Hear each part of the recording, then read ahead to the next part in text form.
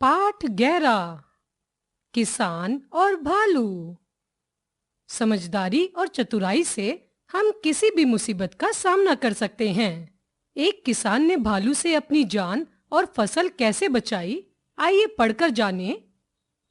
खेत के पास एक किसान पेड़ के नीचे आराम कर रहा है। तभी एक भालू उधर आ निकलता है।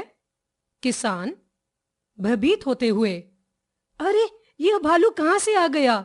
यह तो इधर ही आ रहा है। अब मैं क्या करूं? भालू किसान को देखकर उसे मारने झपटता है। किसान गिड़गिड़ाते हुए, नहीं नहीं भालू भाई, रुक जाओ, ऐसा मत करो, मुझे मत मारो, तुम जो मांगोगे वह मैं तुम्हें दूंगा। भालू रुककर, अच्छा, मैं जो मांगूंगा वह दोगे?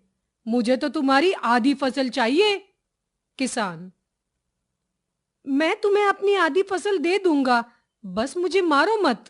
भालू, हाँ, पर एक बात सुन लो, जमीन के ऊपर की फसल मेरी होगी और नीचे की तुम्हारी। किसान, ठीक है, मुझे मंजूर है। भालू चला जाता है। किसान खेत में आलू और शकरकंद बो देता है।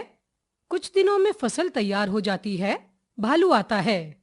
भालू, क्या फसल तैयार हो गई? किसान, हाँ भालू भाई, फसल तैयार है, आओ बंटवारा कर लें। ऊपर की फसल तुम्हारी और जमीन के नीचे की फसल मेरी। भालू, बिल्कुल ठीक। किसान फसल काटता है। किसान, यह लो भालू भाई, जमीन के ऊपर के ये पौधे तुम्हारे और जमीन के नीचे के आलू शकरकंद मेरे। भालू गुस्से में बड़बड़ाते हुए, यह क्या? तुमने मेरे साथ धोखा किया है, मुझे बेवकूफ बनाया है। किसान, भालू भाई, यही तो तय हुआ था, मैंने तो वही किया है जो तुमने कहा था। भालू मन ही मन, मैं इस किसान को यूं ही नहीं छोड़ूंगा, इस बार देखता हूं इसे, जोर से। अच्छा, अब की बार जमीन के नीचे की फसल मेरी और ऊपर की तुम्हारी होगी।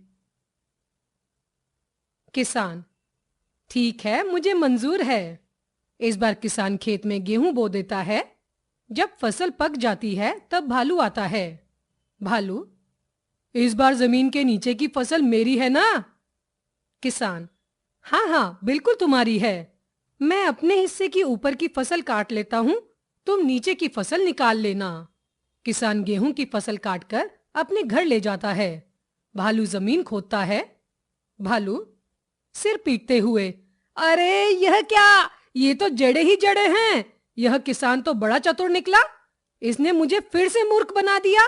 अब मैं कभी इधर नहीं आऊंगा, अब मैं कभी इधर नहीं आऊंगा।